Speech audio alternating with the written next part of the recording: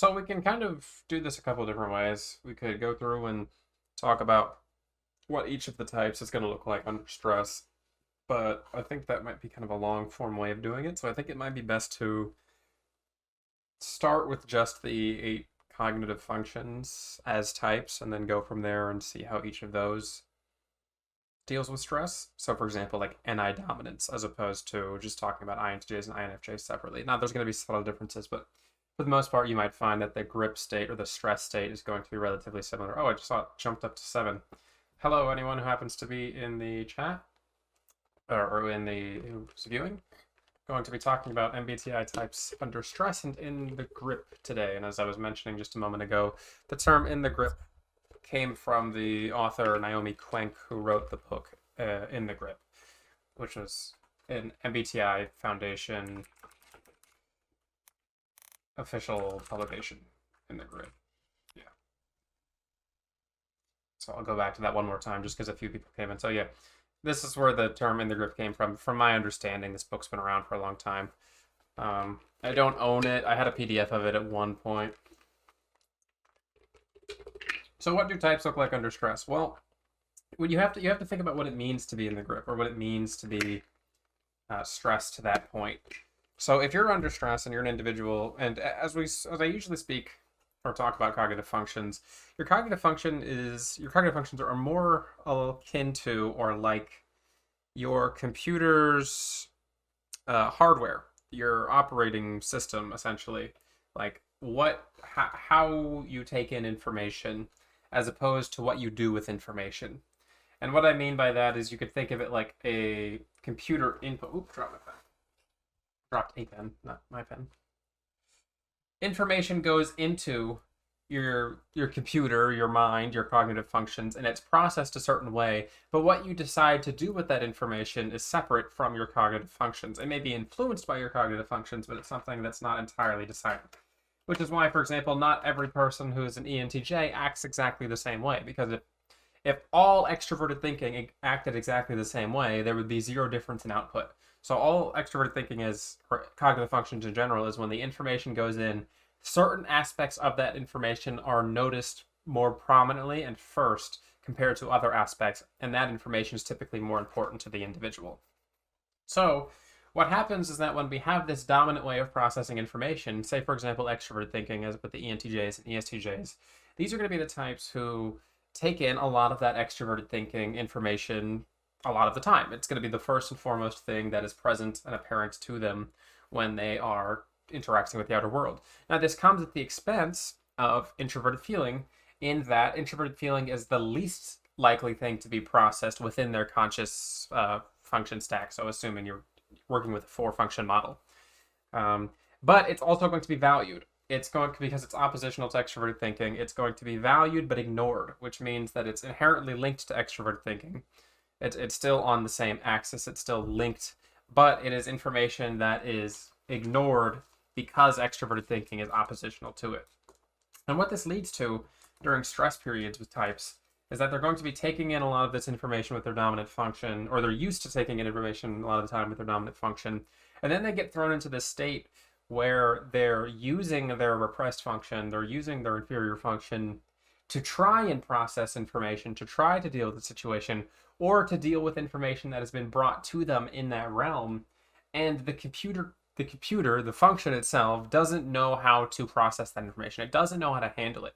It doesn't know how to correctly come to the correct conclusions. It doesn't know what the answer is for that information. And that can be a stress state, because as soon as you receive some sort of information, stimulus, decision, these sorts of things that you're not entirely sure of, or that is something that you are sensitive about, it's going to set you off on the wrong track. And that's essentially what we're going to see the most with the repressed function, is once you get set off onto that negative path, it can be something that can become a negative feedback loop where it feeds back in onto itself and becomes an issue. Also, I see there's lots of, or not lots of, but there's, a handful of people in the chat here. If you would like to say hello, feel more than free to. I would love to say hi and all that good stuff. Forgive me as my brain wakes up.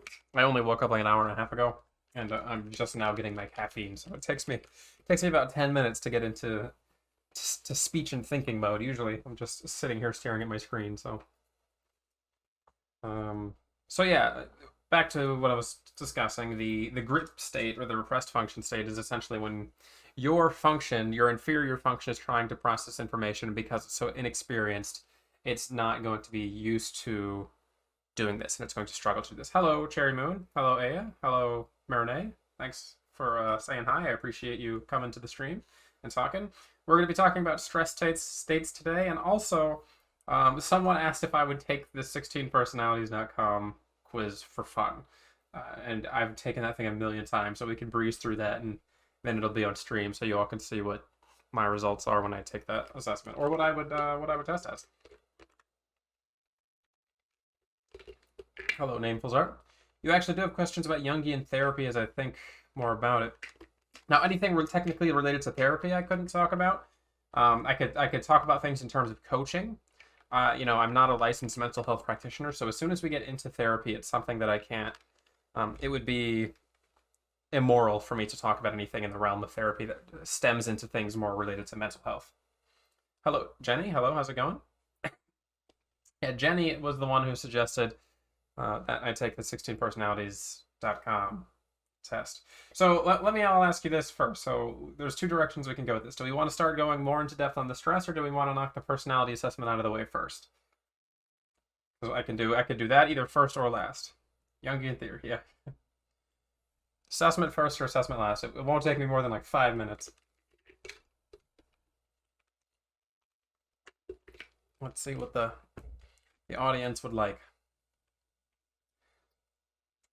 Also, I think there's about a 15-second delay between my video and the chat, so that could be that might be an issue when you see me talking to you all. So it takes a little bit of time. You want to talk about stress first? Okay, let's talk about stress first. Well, assessment first. All right, we've got conflicting opinions. Let's see. I'll tell you what, the assessment's going to be real quick, and that way we don't have to waste a lot of time at the end, doing it. So let's start with that, and then I can just spend the rest of the time talking about stress. That way we don't have to feel like, well, wait till more people pull up. Okay, fine. You win. We'll talk about stress for a little bit, and then we'll take a break. Okay. So Cave the Bear, how's it going? All right, stress. So let's talk about stress. Where was I going with stress? I talked briefly about what it means to be in a stress state. Essentially, your cognitive functions are kind of reversed, because when we're talking about the grip, when we're talking about stress, we're usually referring first and foremost to the repressed function. The function that is going to be the least conscious of all your functions. It's going to be something that is ignorant to the information around you. So what does that look like? What does it mean to be ignorant to the information around you?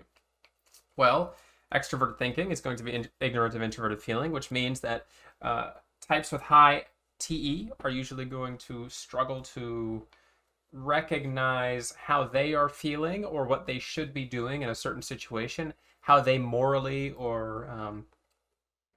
feel about the situation that they're interacting with, or what they value about that situation. And it can cause them to make decisions that are results focused as opposed to moral focused if they are not careful. On the flip side of this, when we look at INFPs, for example, we can see INFPs or ISFPs would be more likely to make a decision that is too focused on what they feel is right, as opposed to what might be the more objectively practical or useful solution to this situation.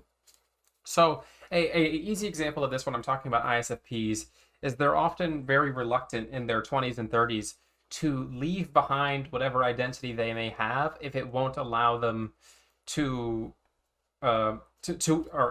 reluctant to leave behind their identity to go like work in a normal job, for example, because it's not allowed. And what I mean by this is if you look at the people who are like in their 30s and still working at places like Hot Topic, and it's because, if you want to take up an alternative identity and you want to hold that identity as true to yourself, it at its very core is going to go against the nature of extroverted thinking's kind of practical application, or at least the societal expectations associated with extroverted thinking, which is going to be subjective to the culture that you're in. So you'll find a lot of INFPs and ISFPs struggle to get jobs or hold down jobs in the professional realm because they don't want to sacrifice the FI, they don't want to sacrifice the value, they don't want to sacrifice the identity in favor of doing something that is going to be practical or useful for them in the long term.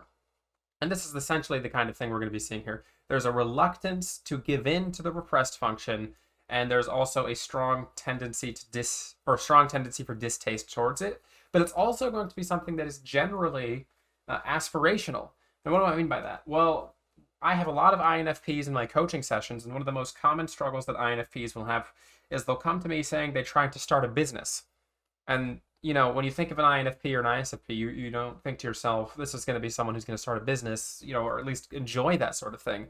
And they'll come to me thinking that they'd really want to enjoy this. They're going to be like, oh, yeah, I'd love to start a business, or, I've started this business, but as soon as I got into I have to take care of all this, paperwork, I have to manage people, I have to do this and that, it's death to them. They don't want to do that. They don't want to have to deal with all those responsibilities. They don't want to have to do with all that type of stuff. They're more focused on who they are and their interests. Now, on rare occasion, I have seen INFPs start their own businesses that are like self-independent, for example, art businesses, or things where they can take commissions, these sorts of things. Meanwhile, you made your company policy change to accommodate alternative people or yourself. Yeah. Well, that's another thing. Is the FI limit is highly referential or subjective to the society or culture that you're within. So if you're going to be accepted, or you can be accepted in certain places, it just has to fit that culture, which is why people who are alternative can work at Hot Topic, because it's within the realm of normal practical application to be looking like you work at Hot Topic. Say, for example, if you looked like a Karen, if you looked like a 60-year-old ultra conservative, Christian church-going woman, you might not be able to get a job at Hot Topic pretty easily. And why? Because you don't fit in with the culture of the area, and it's probably something that would not want to be dispatched, or you wouldn't want to dispatch within yourself. You're an ISFP and you started a salon in your own home, no employees, and make your own schedule. Right, exactly. So that's the kind of thing that I see with the IFPs that actually works for them, as opposed to, say, for example, the IFPs who come to me trying to start businesses where they're going to be managing other people or doing other things that are in the realm of more traditional extroverted thinking. I find that IFPs can handle extroverted thinking type activities when it's just for themselves, but even then they might struggle. Like scheduling is still probably a huge issue for most IFPs, or dealing with appointments, or making sure that things are on time or kept up when they need to be, but it's something that they can do with effort. And that's the general way we're going to see that repressed function, that stress function, is, again, it's something that we're ignorant of, we tend to be aspirational towards, and it's something that we can't ever master, but it's something that we can be aware of. And that's how Jung referred to dealing with the repressed function, is don't try to master it, make it something that you're consciously aware of. Because if you're consciously aware of the thing that's stabbing you in the back every time you take a step or make a decision, you're going to be aware of the danger that's there, and you're going to make decisions to try to avoid that. So it's better to be aware of the issues that you have in your life than to not be aware of them, even if it's going to be something that's long lasting. And once you've learned to manage it, then it becomes something that you can come to terms with, essentially. And it's difficult because some people want to say, well, why can't I master my repressed function? Why can't I be the best at this and that, and just do everything? And if you want to try that, you can go right ahead. But Jung warned that this was a bad idea. And I think in general, as humans, it's okay to recognize that you're not going to just be the greatest at everything. We're not some super hyper ultra intelligent, computer that can do everything right and make split-second decisions that account for every single variable and every single decision.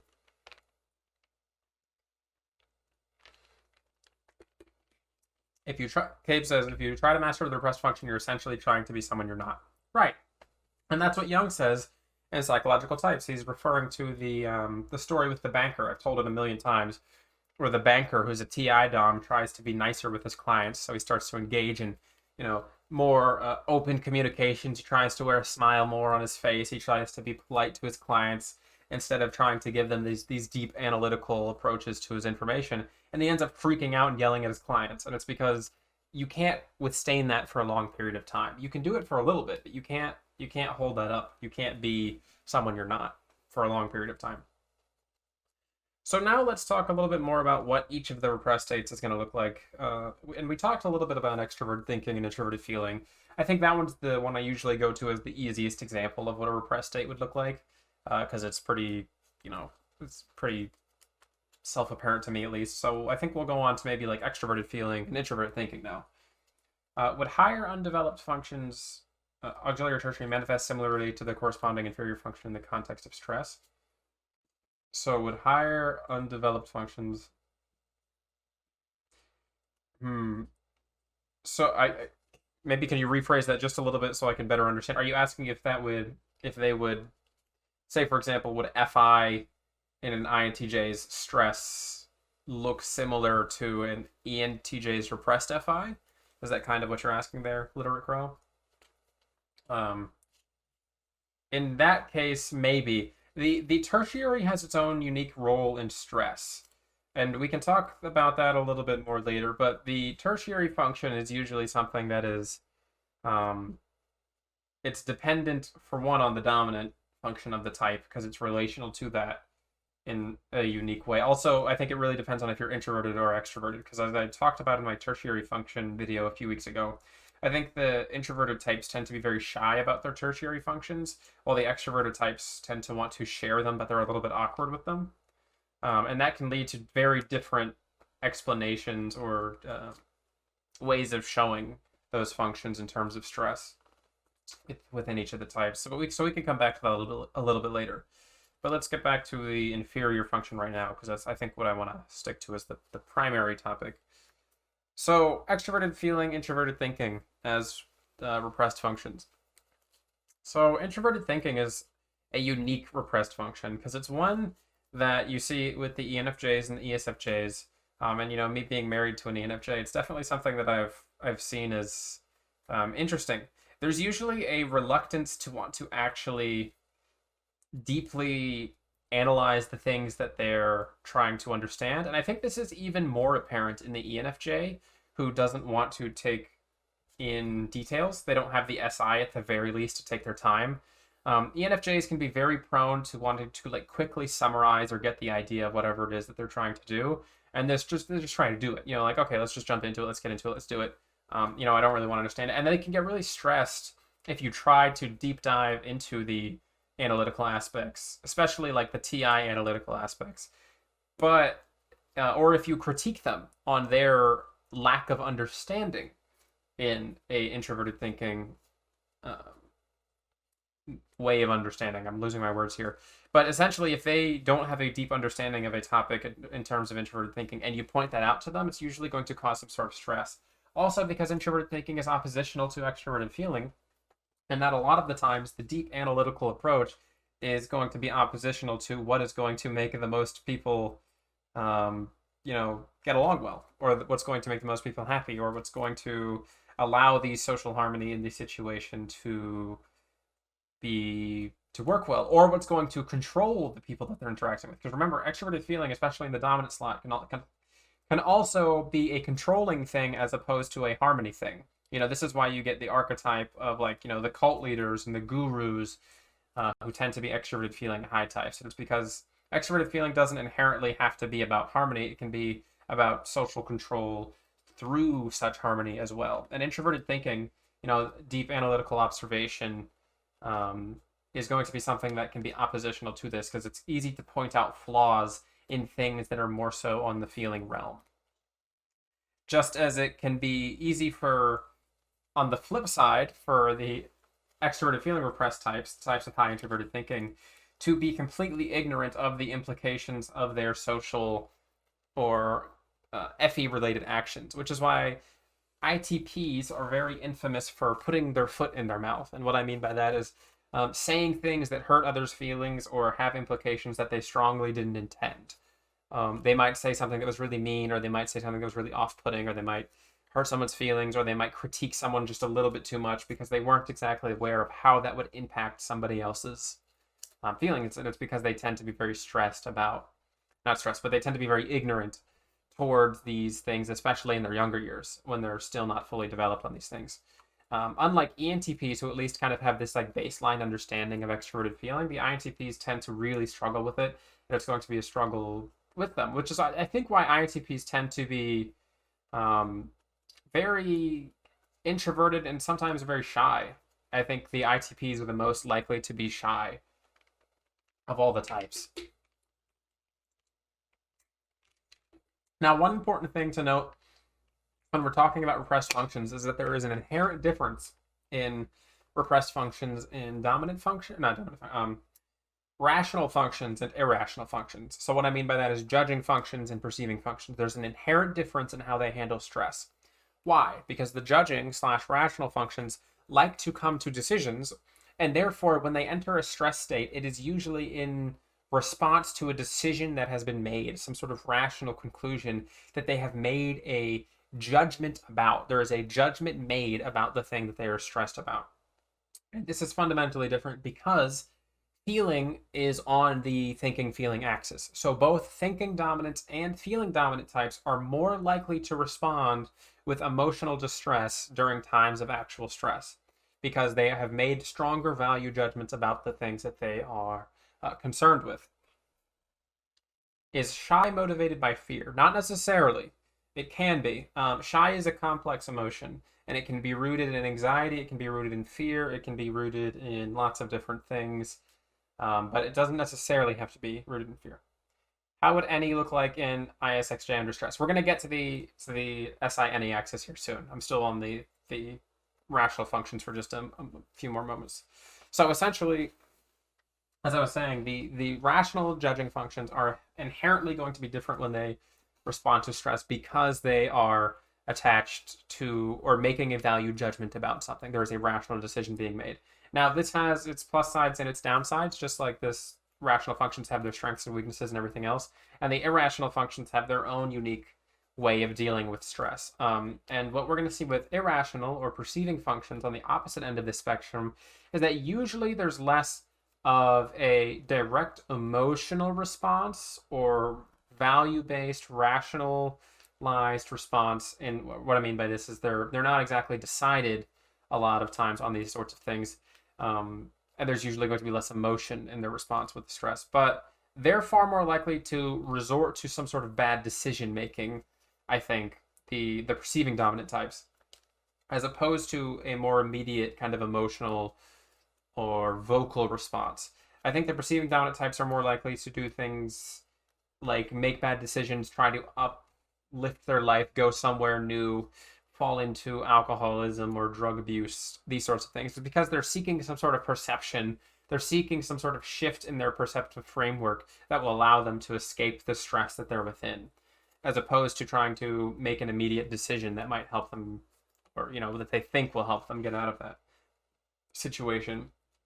So what do I mean by this? Well, how do ENFPs tend to deal with stress, for example, when they're ignoring their SI?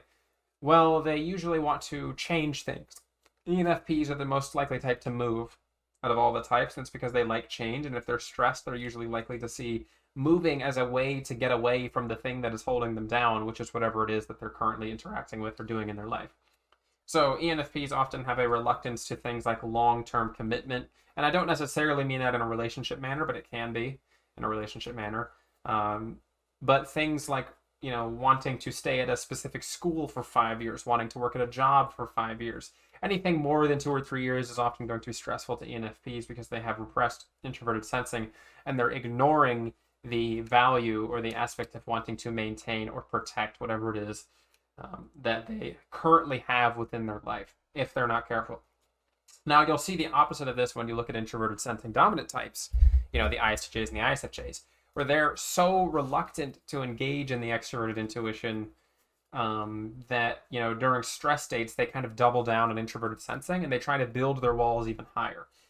ISTJs and ISFJs are the types who are usually the best at things like saving money or developing plans to make sure that they're not going to fall into stress, or they usually have backup plans. And I know this sounds weird because a lot of the time you think of, like INTJs are the ones who think into the future. And the fundamental difference is that ISTJs plan for the future in a defensive way, whereas the INJs tend to plan for the future in a more offensive or proactive way. And ISTJs, ISJs, because of their uncertainty towards the future, tend to plan against or for it. They want to make sure that they can't be caught off guard. So because they're unsure of the extroverted intuition variables, those things stress them out. They don't want to be taken by surprise. They SI make sure they build up their walls, build up their resources, and ensure that they're going to be able to deal with any situation that arises in the future that might be a threat to them. Whereas, again, you see the opposite with the ENFPs who don't usually do a ton of planning, don't usually do a ton of that sort of thing. They might make impulse decisions. So that's what I mean when I say that the receiving axis is more likely to have stress responses that are akin to immediate bad decisions, because the ISTJ who's stressed might decide that he needs to build a bunker in his backyard to make sure that he's not going to be, destroyed or, killed in war or something like that. Or he might decide that he can't buy anything because he's afraid of his finances running out, and he's uncertain about what that might hold for the future of him. So he never spends any money, and he lives a very frugal life. Whereas with the ENFP, you'll find that, I don't need to be prepared for the future, so I'm just going to spend all my money, and I'm going to go do all these crazy things. I'm going to visit these crazy places because I don't need to be prepared in such a way, or I'm not exactly afraid of the possibilities that the future hold.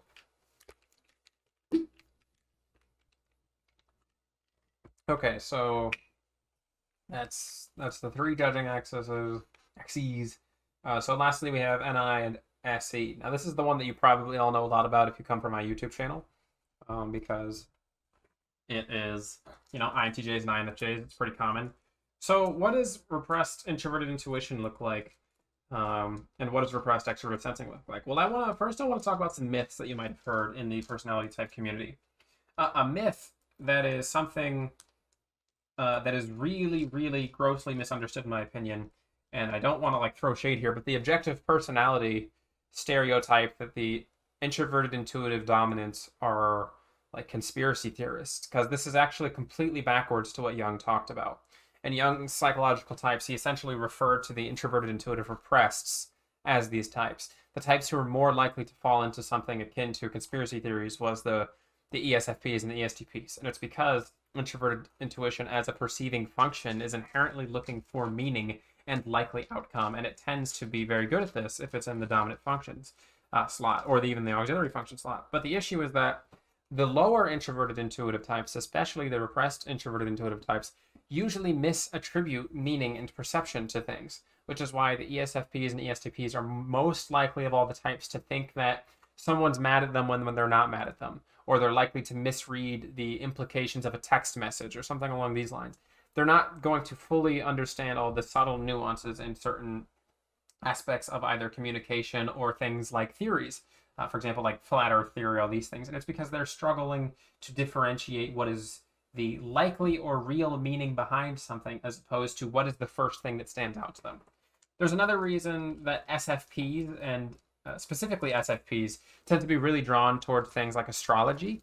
And it's because astrology is kind of a pseudo introverted intuition thing. And what I mean by that is that astrology attempts to explain archetypes in such a way that it attempts to come off as what introverted intuition naturally sees in things. So introverted intuitives tend to see the world through a lens that is very similar to astrology, and that they tend to naturally archetype things subconsciously. So ESFPs and ISFPs tend to be very drawn toward this because it allows them to experience those things in such a way that it is very present to them. Now, NFJs, I think, tend to be drawn towards it too, but NFJs usually see it as more like a purpose thing. So the base point I'm trying to get here is that the introverted intuitive dominant types are probably one of the least likely types to fall into something akin to a conspiracy theory or even something close to being manipulated. Now, it's actually interesting if you look at can I show a book on stream? I probably can. I can't imagine anyone's going to be mad at me if I show a book on stream. So hold on, I'm going to bring up the gifts differing PDF just because I want to show one sentence.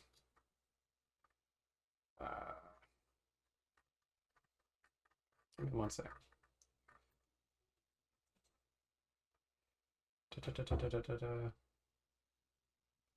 Give me just a moment here.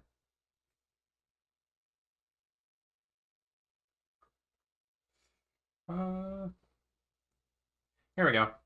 So this is from Gifts Differing, the book on Myers-Briggs type, directly by Myers-Briggs, and it's in the description of the INTJ and INFJ introverted intuitive types. So what does she say? It follows that these people cannot be successfully coerced. They will not even be told anything without their permission, but they will accept on an offer of facts, opinions, or theories for free consideration.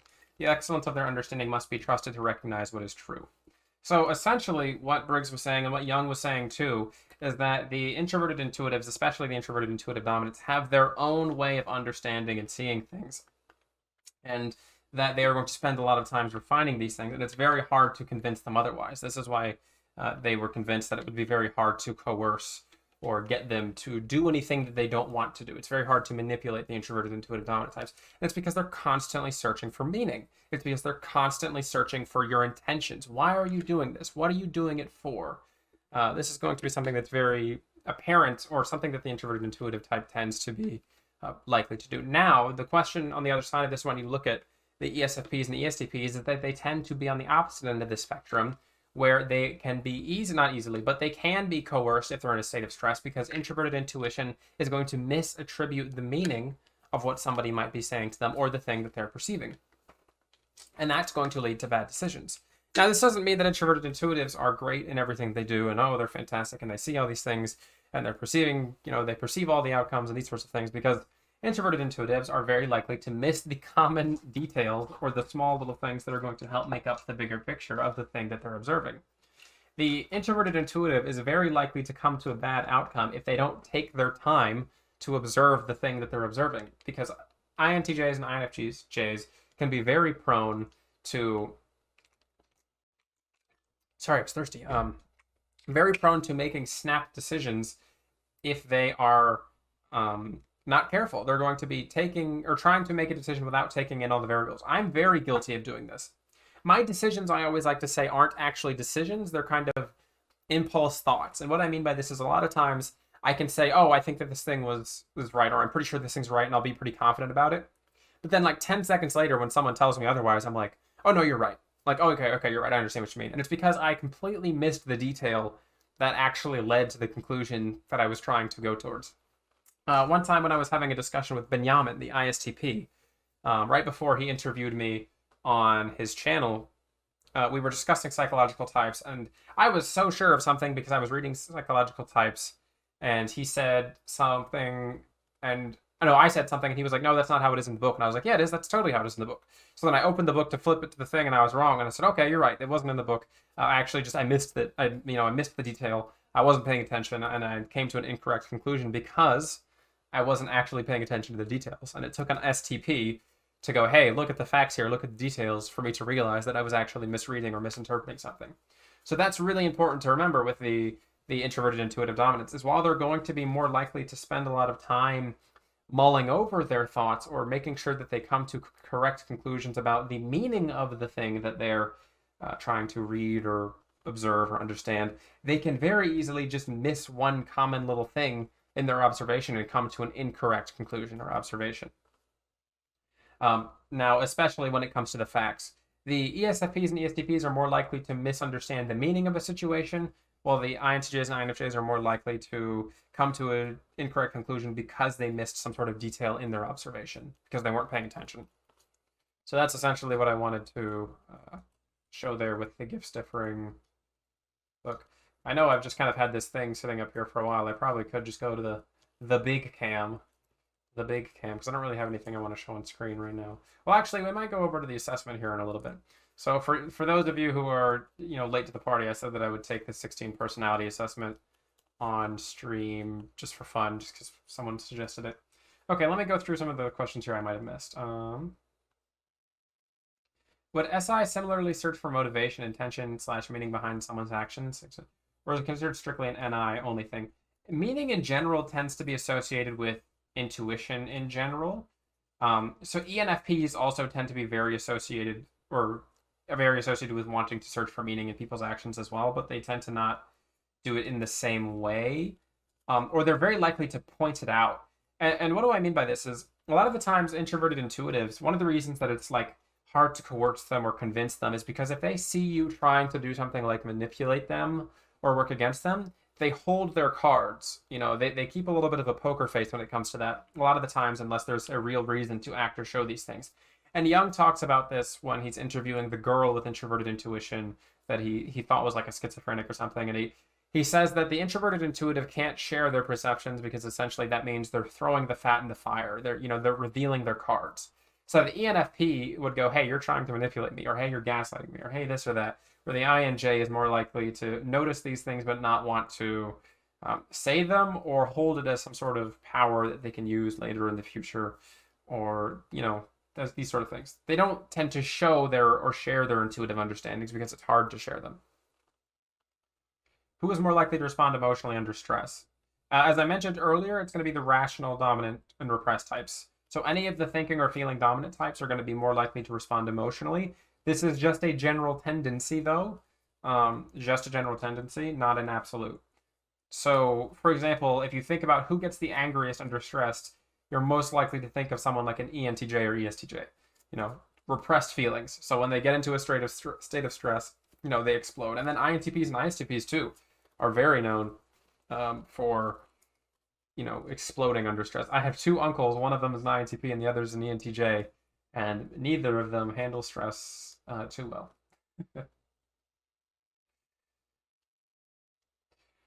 Notice in real life. So, where was I going with the SI? You said something. Oh yeah. So the SI is interesting because SI has meaning, and meaning is such a loose term, and I probably shouldn't associate just meaning with introverted intuition. Because when I say meaning with introverted intuition, I'm talking about the archetypal understanding of the situation. What is the archetypal understanding? But meaning is something that is often personal to the individual. So ISTJs and ISFJs, they often look for meaning in their situations, but their meaning is more subjective and it comes from a more sensory approach. Like how do they feel or remember the situation? The details within the situation that they were observing are the things that are meaningful to them. You always test as an INFJ and ISFP. FI and FP are confusing with the test. As an FI Dom, I value harmony. People confuse that with FE. FI Dom, okay, so FI Dom, FI as a function can value harmony. There's one thing that I've tried to say about FI for some time now, and it's that FI is kind of the wild card of cognitive functions, because FI being about identity can be almost anything. Like you could be, like a dancer, you could be a mathematician who's an FI Dom who values math. And I talked about this when I wrote the article for ENFPs for my fantasy articles. Oh my goodness, I'm like 2 months behind on this. Where I talked about how they have kind of a wild card ability where they can learn something from any of the other types as one of their abilities. And it's because FI, I think, can adapt to anything if it strongly values it. So that's why FI types can do a lot of it. You can find FI in any field doing anything as long as it's important to the FI. Where I think you might see like that with like TI, but I think TI tends to be more restrained to certain fields like mathematics, sciences, reading, philosophy, these sorts of things, where FI can just latch onto anything that they think is interesting or important to them on a value or emotional level. So what that means is that a lot of the times people with FI can be harmonious. They can value social harmony if it's something that they personally value. If it's a value that they hold as an individual to be someone who is harmonious, then they will be harmonious. And it's as simple as that. But the difference is that they're not doing it for the sake of the FE. They're not doing it in relation to other people. They're doing it as a representation and reflection of what they think is valuable within themselves. As an INTJ, how can I develop the transfer of my knowledge and ideas from my NI to TE, which is explaining it to other people? That's the lifelong journey of growth for the INTJ, is learning how to TE explain your ideas. One thing that's extremely valuable, I think, for INTJs with TE is speaking. A lot of the times, INTJs really struggle to articulate their thoughts and ideas because they just don't talk to people. As introverted types, especially introverted intuitive dominant types and ones who don't have FE, they can spend a lot of time in their own room, not talking to people, not explaining things. But once you actually start using extroverted thinking in an actually extroverted way, as opposed to maybe in a pseudo-extroverted way, or pseudo using extroverted thinking, like playing a video game or something that requires logical analysis. If you actually use extroverted thinking in a way that's going to be productive to you, like explanation, talking to other people, teaching, explaining concepts, these sorts of things, you'll find that skill naturally grows. Just like if you watch my YouTube videos 3 years ago, you're going to see that I was much worse at speaking compared to now. It's because you have to use these skills if you want them to be fostered and if you want them to manifest within yourself. So the best thing you can do if you want to get better at extroverted thinking is just do things that are going to get you to engage in that type of thinking more often. Don't do it all the time, but if you can find a time to talk to other people and try to explain your thoughts, you have to take baby steps. You have to if you're an INTJ and you're like 18, 21, even mid-20s, depending on how developed you are, you're going to have to realize that you're going to make mistakes. So you want to talk to other people and you want to try to explain your thoughts. And even if a few people shut you down or don't understand you at first, keep trying, because it's really going to be worth it in the end, as opposed to just locking yourself in your room and never trying to explain things to other people.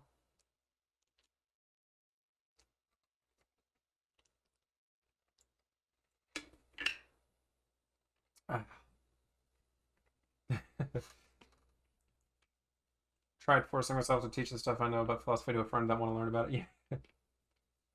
Yeah, TE can be very difficult for the introverted feeling dominant types. Okay, so I think we covered a lot of things with the stress there. We went through each of the functions and how they might kind of present themselves. As I said, I don't really want to go through each of the 16 types individually. So, okay, it's been 45 minutes. We got a little bit of time here. Why don't we jump into the assessment, the 16 personalities? And we'll do that, and then if we want, we can do one or two more assessments if you all want to recommend something. I tend to be very quick in my answers when it comes to these assessments. I don't like to waste time, and I tend to be very confident in my own answers. So let's go ahead and do that. Sounds fun. And then if you have more questions, throughout and you want to talk more about stress, leave them, in the description or right there in the comment section. I'd be more than happy to answer them as I'm going through these assessments. FI can value many things. That is where I think talking with famous people fails with FE, FI, and typing people. He sees someone harmonious and boom, FE user. Yes, I don't know about how talking with famous people types FE, FI, but I absolutely agree. I think FI is the wild card of all functions. I honestly believe that FI is the wild card, and that it can be drawn towards anything. And harmony can fall within that field. Math can fall. Does not necessarily mean it's going to be good at it. That's a whole different story. That's an entirely different story. The FI dominant who wants to be a mathematician isn't probably going to have the same level of analytical understanding for the subject as someone who's a TI dom, but they can probably succeed and do very well in their field because they intensely and passionately care about it, or they intentionally and passionately want to do these things.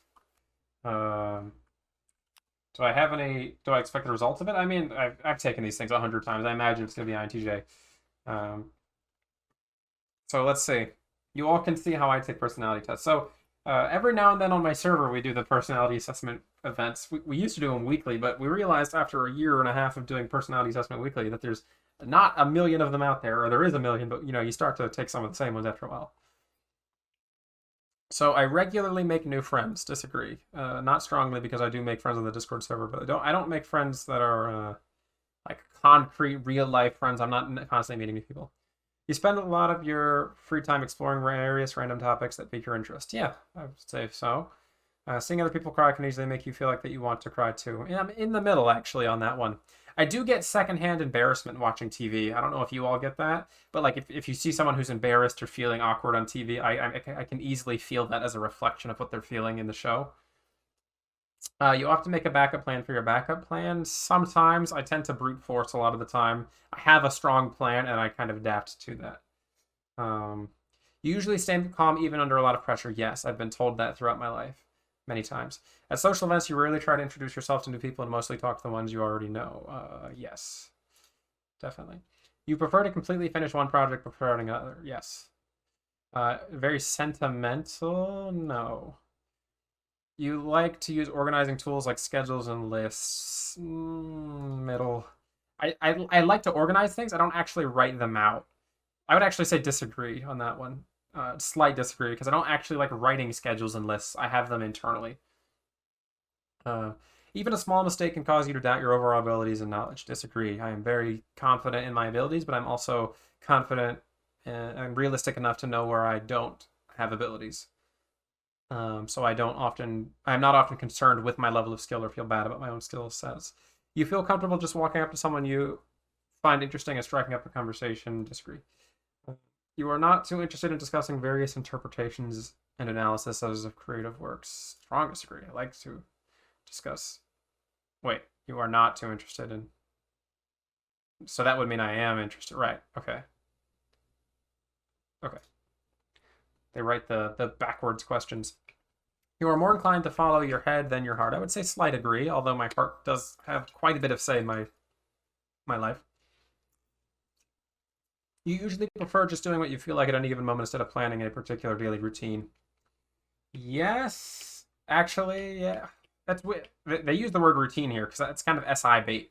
Um, but that one's kind of in the middle because, again, it's semantic because I prefer doing what I feel like, but I also I always tell people that I plan to do what I want, or I plan to have free time. So I live my life in such a way that I can have as much free time to pursue whatever's interesting to me as I want.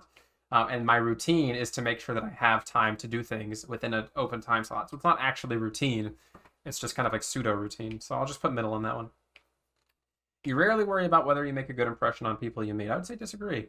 I'm usually quite concerned about the impression that I make on others, or at least how they're perceiving me. You enjoy participating in group activities. Disagree. You like books and movies that make you come up with your own interpretation of the ending. Agree. Your happiness comes from helping others accomplish things than your own accomplishment. Disagree. Yeah, disagree. I like accomplishing my own things. Now, that's weird because in coaching, I like to help other people accomplish things, but it's not like I enjoy the helping aspect. It's like I enjoy setting people on the right path of their own and then seeing them accomplish things through their own talent and ability. You are interested in so many things that you find it difficult to choose for what to try next. I would say disagree. You're prone to worrying that things will take a turn for the worse. Disagree. You avoid leadership roles in group settings. Slight disagree. Definitely not the artistic type of person. I would say middle. I tend to be artsy, but not in the traditionally artistic kind of way. You think the world would be a better place if people relied more on rationality and less on their feelings. Slightly agree. You prefer to do your chores before allowing yourself to relax. Yes. Or I prefer to do what I need to do before allowing myself to relax, especially when it comes to things like work. You get ISTJ, you get INTP. I'm an INTJ teenager and actually have monthly schedules for every single day. Hey, that's what you enjoy. I can't do schedules. They stress me out. Or at least I can't do written schedules. I can't be held to the letter of something. I need to have the ability to adapt when I need to adapt within my given schedule. You enjoy watching people argue. Disagree. You tend to avoid drawing too attention to yourself. Agree. I try to. Mood can change very quickly. Disagree. You lose patience with people who are not as efficient. Agree. You often end up doing things at the last possible moment. Disagree. You have always been fascinated by the question of what, if anything, happens after death. Yeah, I would say agree. I'm not like hyper fixated on it.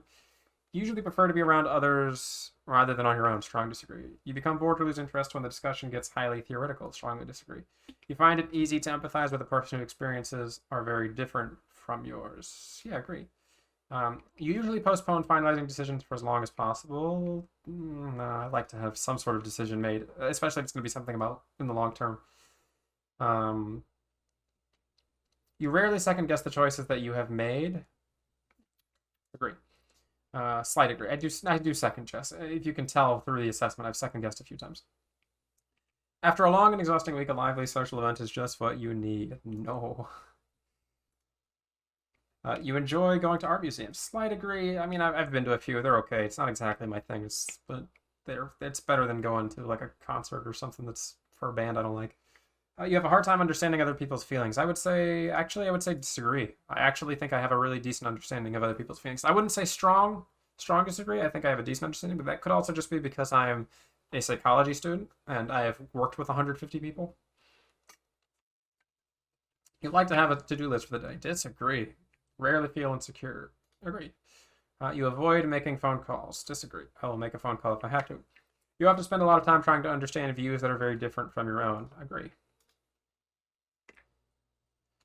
I forgot how long this test is. Goodness. If you're in your social circle, you're often the one who contacts your friends and initiates activities. Disagree. If your plans are interrupted, your top priority is to get back on track as soon as possible. Yes, strong agree. You are still bothered by mistakes that you made a long time ago. Disagree. You rarely contemplate the reasons for human existence and the meaning of life. Disagree. Your emotions control you more than you control them. Strong disagree. I'd say disagree. You take great care not to make people look bad, even when it's completely their fault. I would say I try to not make people look bad. I think that's more of a are you a jerk thing than a thinking feeling thing, which is what it's trying to attempt to measure there. Your personal work style is closer to spontaneous bursts of energy than organized and consistent effort. I would say disagree. When someone thinks highly of you, you wonder how long it will take them to feel disappointed in you. Disagree. I don't really have that concern. You would love a job that requires you to work alone most of the time. Agree. You believe that pondering abstract philosophical questions is a waste of time. Slight disagree. I feel like when it comes to pondering abstract philosophical questions, there's a point where like it goes from like practical implication to just theoretical, and I feel like all the way right over here is like where people are only theorizing and never doing anything. And the reason I responded here is because I feel like I like to theorize about things and then implement them.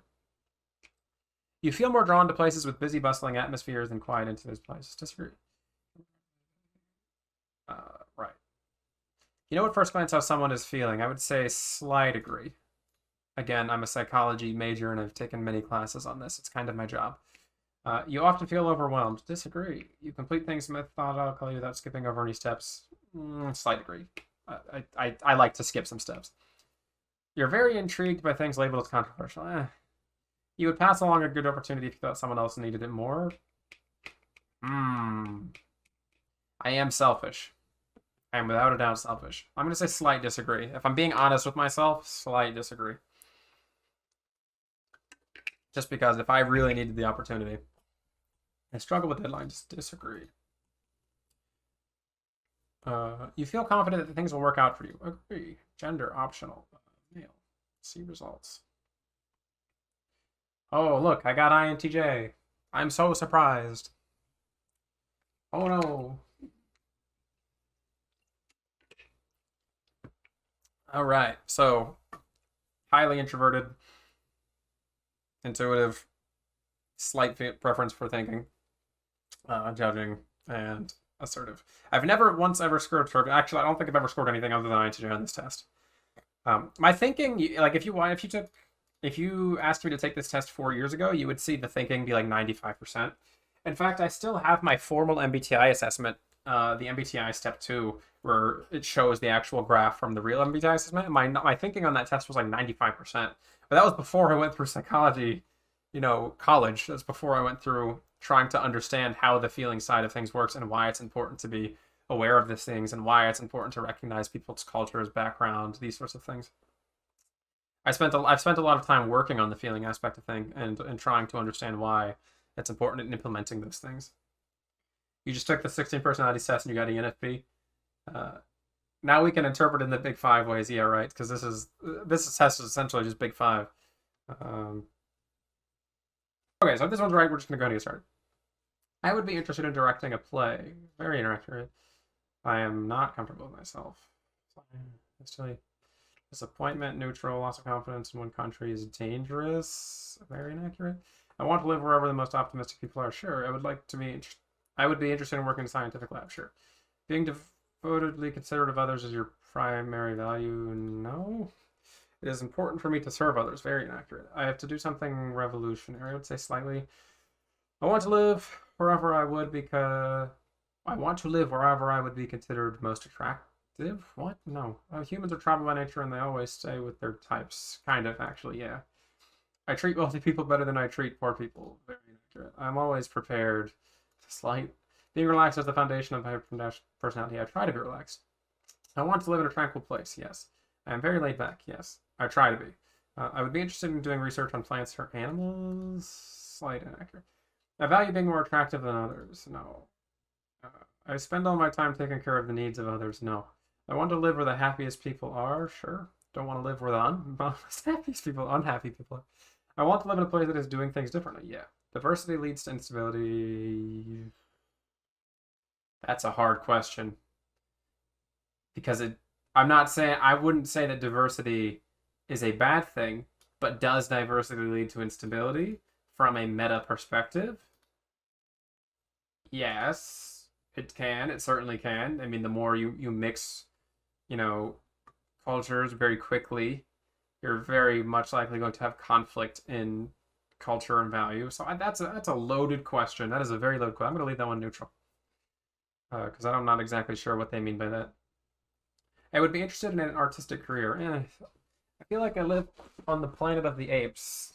But again, that's another poorly worded research question because it asks you to assume instead of explicitly explaining what it is that it's trying to get you to answer. So I'm going to leave that one neutral. I would be interested in developing a new medical treatment or procedure, maybe. I engage in experimental living, I would say inaccurate. I work according to a routine, very inaccurate. Some cultures don't mix well. I mean, factually, that is a yes. That is just a yes. There are some cultures that don't mix well. The most important thing for me is pushing beyond the boundaries of convention. Yeah, I tend to focus on the negative, neutral. People have told me I'm too easygoing. I would say I am easygoing. I don't think I've ever had people tell me I'm too easygoing. Image is important to me. I would say slightly accurate. I would be interested in writing a song. I'm fine if strangers don't like me. Yeah, there's nothing more important to me than doing things for others. Very inaccurate. I value social status a little bit. I'm uncomfortable around people that are better than me. Inaccurate. I always keep things very chill. Try to. Follow a schedule. No. Often feel unhappy for no particular reason. Slightly disagree. How long have you been learning about Jungian theory, whether it's actual theory or the types? Also, if you would recommend anything for doing the same thing, maybe some resources I can use too.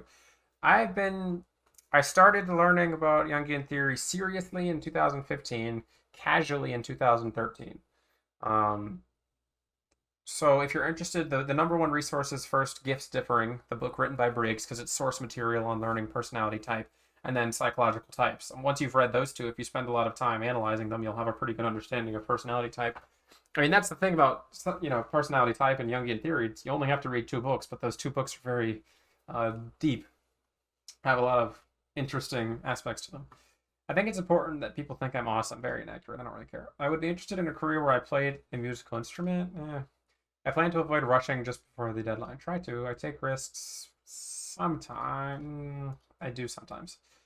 I never want to stay anywhere too long. I'm pretty neutral about that.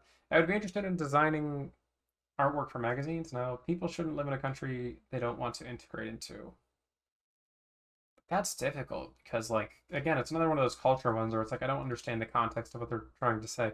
I don't think people shouldn't, so I'm going to say inaccurate. People can do whatever they want. I'm very mellow. I try to be. I follow a system. Yes. I like to be popular.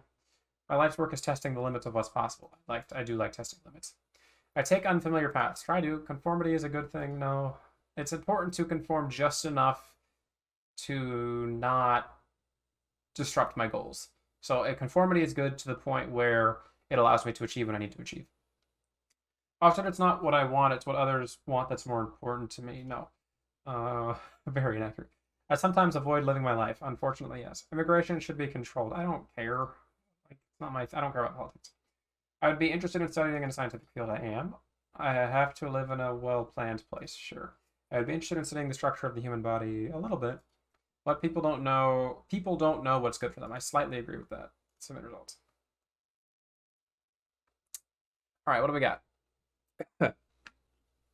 Apparently, I'm a paranoid. Well, these are results that I wasn't expecting. Scores in gray are the average scores of people who take this test. So, motive, materialistic. I don't know what this one is. I don't know what motive type is. That's interesting. Easygoing, 80%. Interpersonal, 6%. Apparently, I'm an INTP. I tried, everyone. Sorry. Low feeling, high thinking, high intuitive. Pretty balanced scores, yeah. I usually score high on schizoid type tests because I'm very introverted, and introversion is 0.9 correlation with that. So type 9 Enneagram, that's interesting. Tends to be my highest Enneagram. So that's the first time I've ever taken an Enneagram test that's given me 9. I usually get, what do they call it? 5? 5.4. Oh, it's 2 resolution. Gotcha. There we go. There we go. Is that better? Should be. So yeah, this is definitely, it's an interesting test. I've definitely never gotten answers or response like this in any assessment before.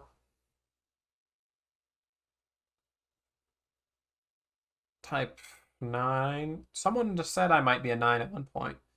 Who was that? Was it Davina? I don't know. Interesting. Check database. Well, check database for what?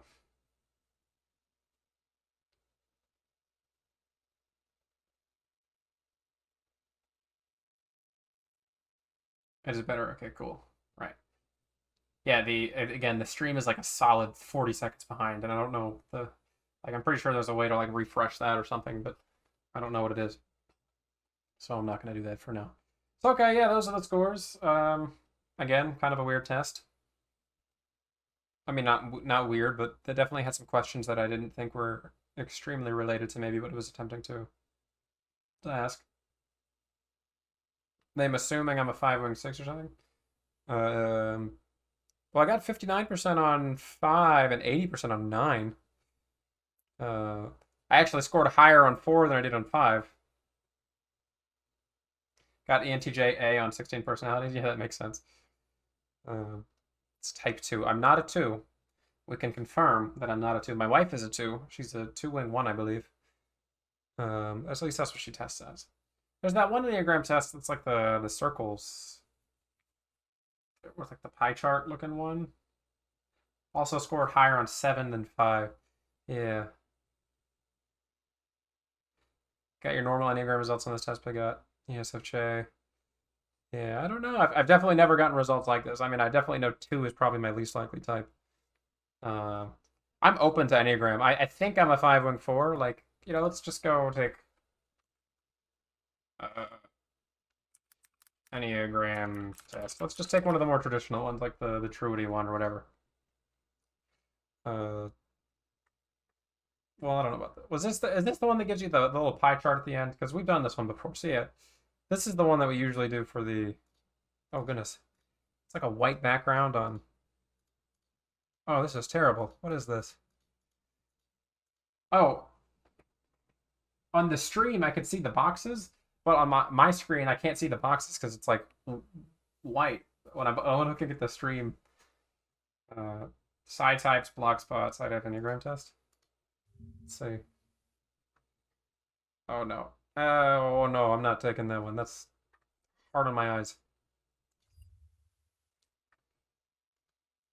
I took the paid one. Yeah, Truity gives you the pie chart. So let's do the Truity one because that's the one I remember the most. Because the pie chart we did it for a server event one time. Yeah, let's do this one. I strive for perfection. I would say accurate. This is hard just because I can't see the boxes on my screen. I work hard to be helpful to others. Inaccurate. It is important to me that can I like I can kind of cheat, can't I? I can. Sweet. It is important to me that other people like me. No, important for me to achieve great things. Yeah, I make more significant contributions than the average person. I would say probably a little bit because I'm a college graduate. I feel my emotions very deeply neutral. I have a sense that other people will never truly understand me. No, I would say more neutral than that one. I'm not really concerned about that. I think deeply about things, yeah, I would say, but I'm not like a super philosopher. I'm prepared for any disaster. Slight disagree. I try to be prepared, but I'm not like I'm actually not that prepared for things like disaster. I have to have it highlighted because I literally can't see the white boxes in here, so I'm sorry if that annoys you. Let me zoom it in just a little bit more. It is important to me to avoid pain and suffering at all times. I mean, I guess I seek out experiences that I know will make me feel happy or excited. Disagree. I see the positive in every situation. Try to. I'm not afraid to tell someone when I think they are wrong. True. I let other people make the decisions. Disagree. Next page. Okay, so this one I can see a little bit better than the last one. I appreciate having rules that people are expected to follow. I am not a rule kind of guy. I'm concerned about security more than anything else. No. I think a lot about what will happen in the future. Yeah, I don't fit in with ordinary people. I would say slightly. There's rarely a good reason for changing how things are done. I disagree, but not super disagree, because sometimes things are done a certain way because they work. Always finish my chores. Slight disagree. Well, I'd say neutral, because I usually get them done, but sometimes I can let them fester. I'm always trying to be a better person. Agree. I check carefully for mistakes and errors. I try to, but I'm bad at it. So I'm going to say yes, but I'm not very good at it. I like to be around people who I can help. Disagree.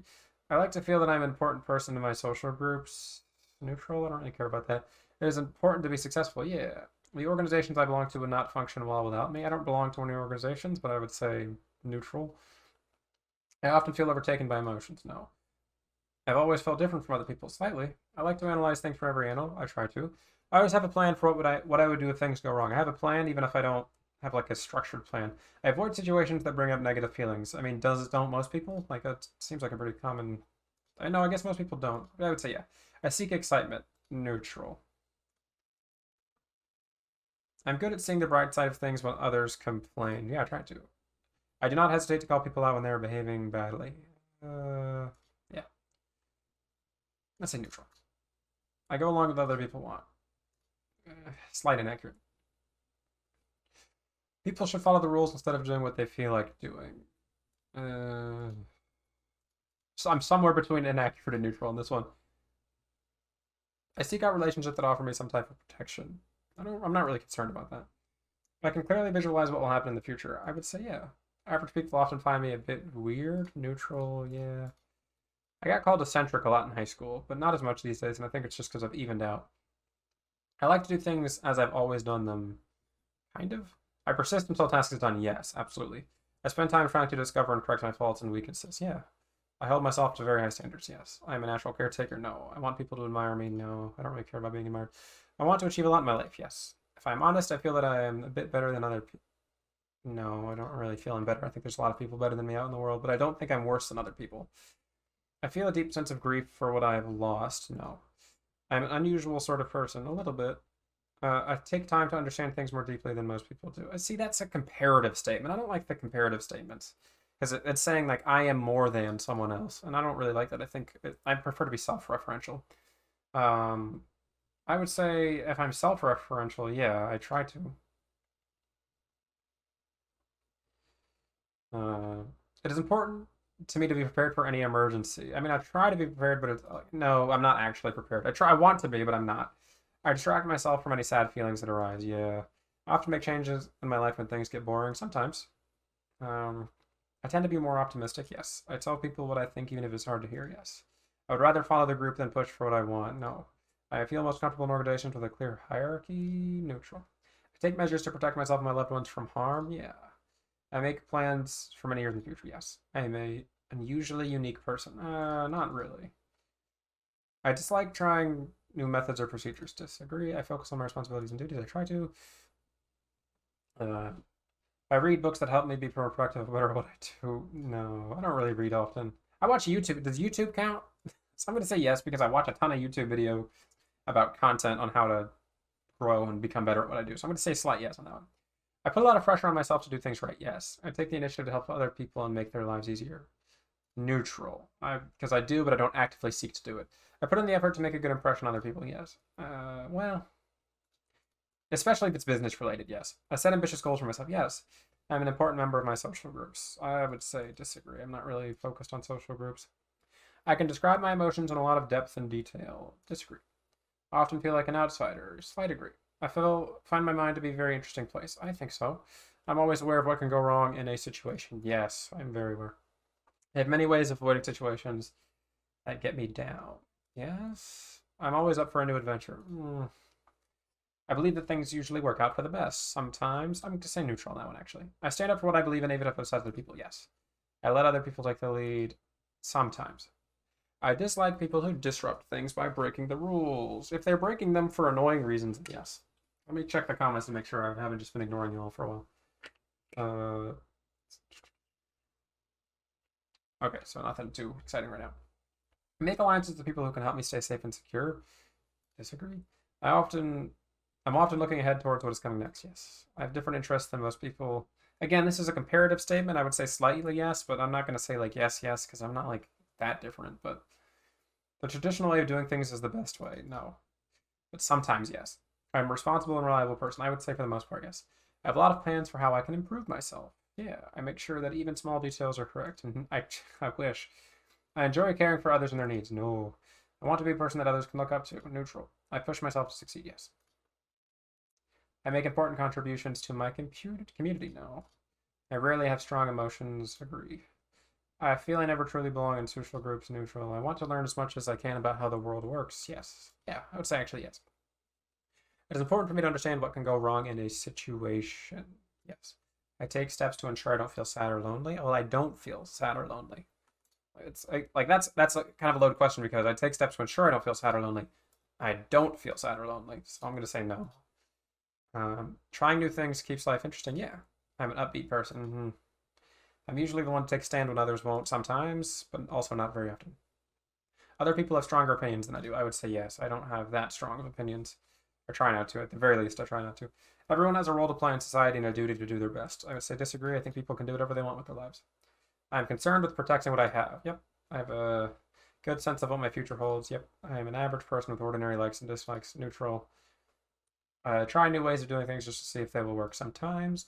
I have a great deal of willpower. I like to think so, but there's people with more willpower than me, so I'm going to say slightly accurate because if I'm being honest with myself, it'd be nice to say I'm over here, but I think that I only have a decent amount of willpower, especially since my willpower is selective. I think people who have non-selective willpower go over here, where they can just put that willpower towards anything that they want in their life.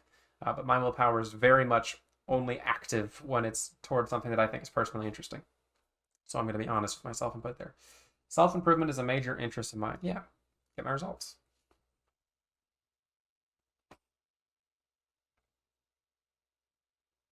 Identifying your personality superpowers.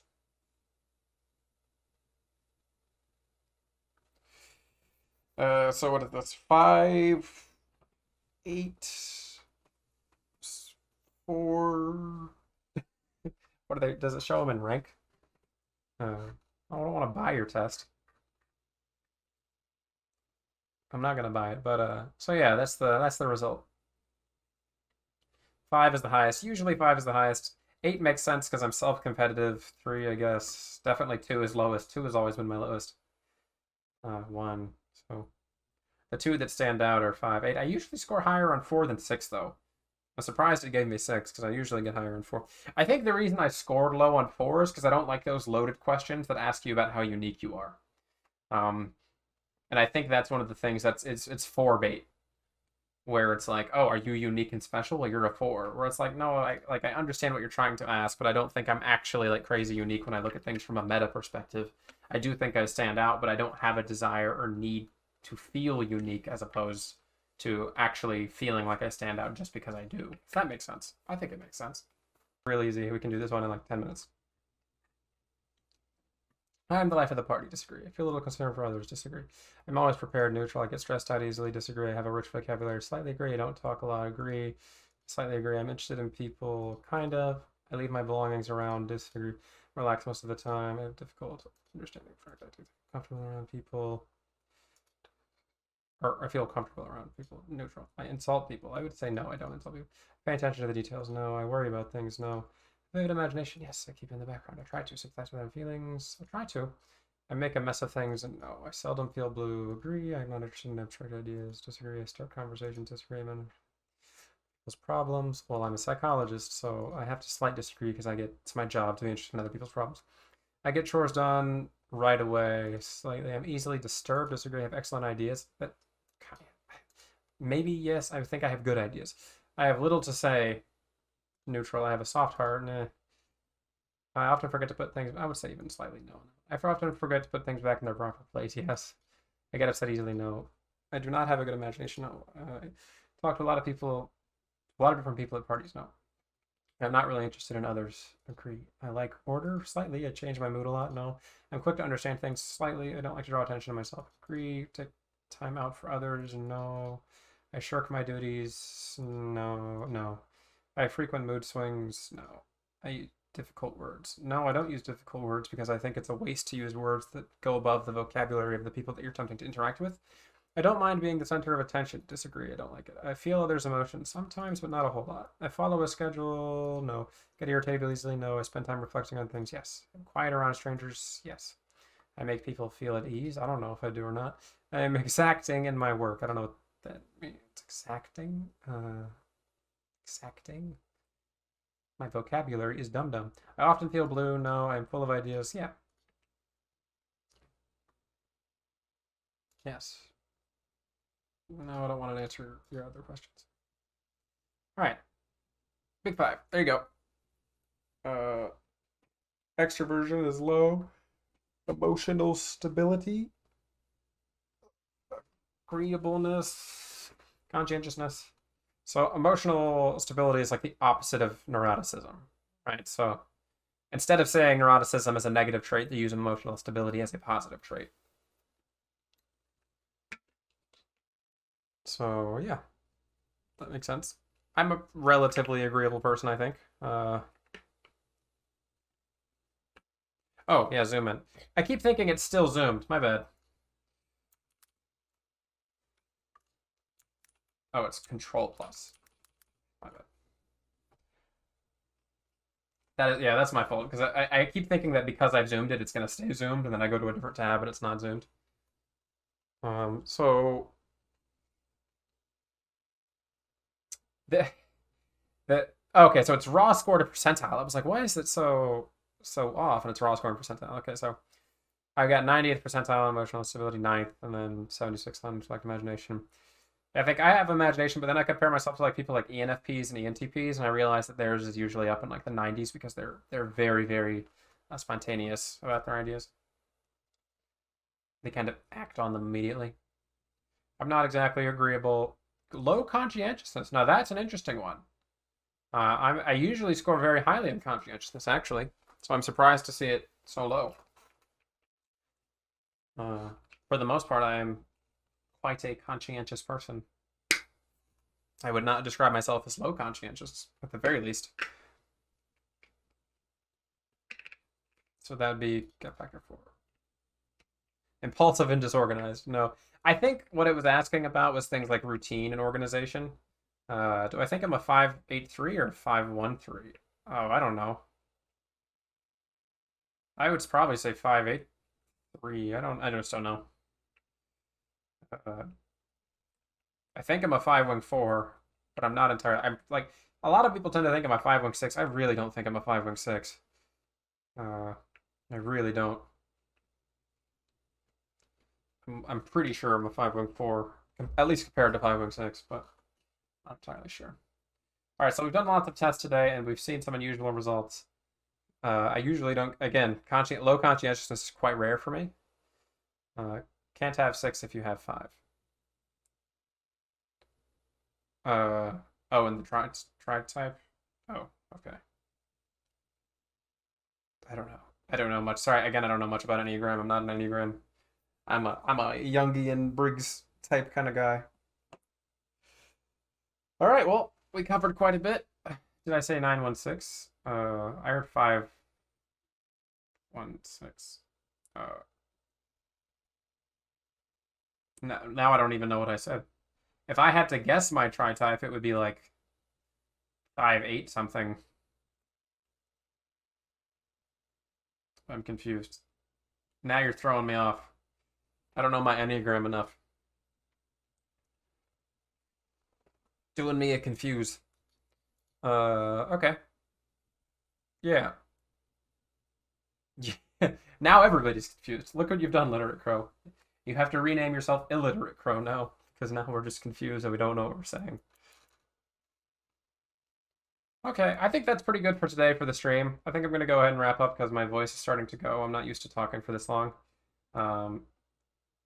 Now you all can officially confirm that I'm an INTP with low conscientiousness. I'm low brain, or low action, no action. I don't do anything. I never get things done. Obviously, I'm disorganized. I'm chaotic. I'm impulsive. It's just a fact. The test said it. It's true. I am a monkey. Right, Jenny, you're right. 3-head Cheeto fan. I'm actually legitimately surprised I got that low in conscientiousness. I've never gotten that low in conscientiousness. What's the other big 5 test we used to do on the server? Because that was the one where Liminal was surprised, because Liminal said that my agreeableness was higher than you see with most INTJs. Because usually I score like, oh, the Peterson Understand Myself website. I have a video on it.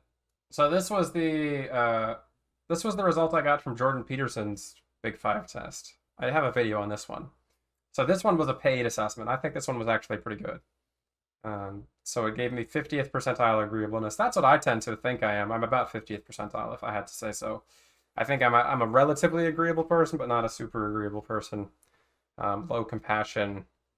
Oh, let me zoom it. I know you all are gonna ask me to zoom, so let me zoom. Give me a sec. There you go.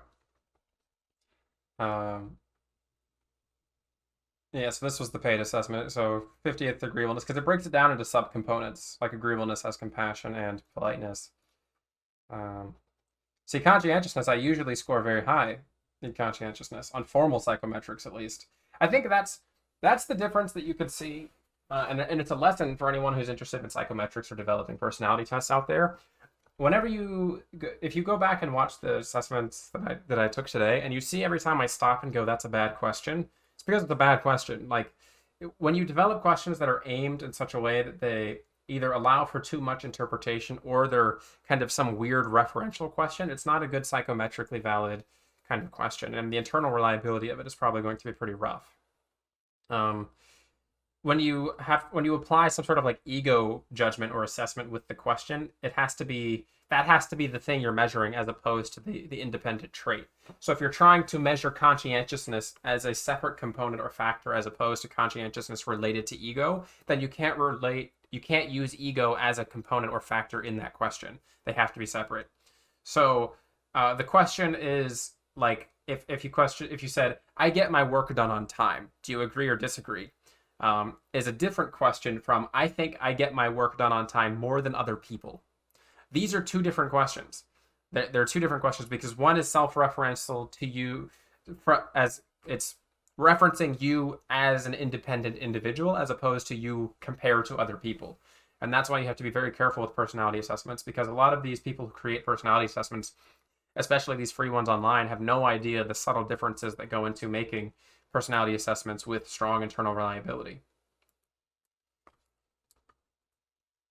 So yeah, I tend to be high in conscientiousness, high in industriousness, low in orderliness. See, that's the thing that probably gets me with most of these tests, is they test for orderliness, and I'm not that orderly. I am low in extroversion. So this one I thought was funny. Enthusiasm, 0th percentile. Individuals who are exceptionally low in enthusiasm are very quiet and remarkably unexcitable. They can be extremely hard to get to know, as they are neither chatty nor bubbly when they do talk, and they do so rarely. It tends to be about things in which they find exceptional interest. Yeah, especially outside of things like outside of streaming, because in streaming and YouTube, it's my job to talk, right? Like, I can't just sit here and do that for an hour and a half. You're gonna get bored. I have to talk. But if you can't even hear, I'm already losing my voice. And it's because I never talk. Outside of these things, I very rarely talk. It's very rare for me to want to talk to other people or to get excited about things. I'm very private for the most part. What they teach in psychology: creating questionnaires and asking good questions. Right. You have to buy that, yeah. Just curious, but why do you say 5-8x? Because Thunder, I say 5-8x because I don't know the other options. The only thing I would consider is that out of all the Enneagram types that I've observed, I think I'm a 5-1-4. That's my biggest guess. I think I'm a 5-1-4, but I don't know. I don't know my tri-type. I couldn't tell you. I know I'm not a 2. I'm like oppositional to 2. 2 is the farthest thing from what I would see within myself. Assertiveness. I'm relatively assertive. I'm assertive when I need to be. And as you can see in this assessment compared to the other big 5 one that I was just doing a few moments ago, my neuroticism tends to be very low. My emotional reactivity, volatility is very low. I don't get angry very easily, or at least I try not to. Openness to experience, high, right? I tend to be quite high. Intellect, 94th. Openness, 63rd. Right. So actually, this is a good assessment if you want to pay like $10 or whatever. I can't remember. Right? I took this one like a year or two ago. It's been a while, but I made a video on it because I thought it was good. Okay, I do think I am going to wrap up, though, because my voice is getting very tired, and I'm not used to talking for this long. So this was a good stream. I will edit it, and I will cut out all the nonsense bits in the middle, and I will probably upload this to YouTube tomorrow. So thank you all for stopping into the stream today. Thank you, Jenny, for suggesting the idea of talking about stress and suggesting personality assessments. That's 2 weeks in a row. You've given me good ideas for assessments. This is why I like ENFP, or not assessments, streams. That's why I like ENFPs. They can give me the ideas. I can just run with them. So it's been good. I hope you all enjoyed this, and I will see you next week if you decide to stop by. Take it easy. Bye-bye.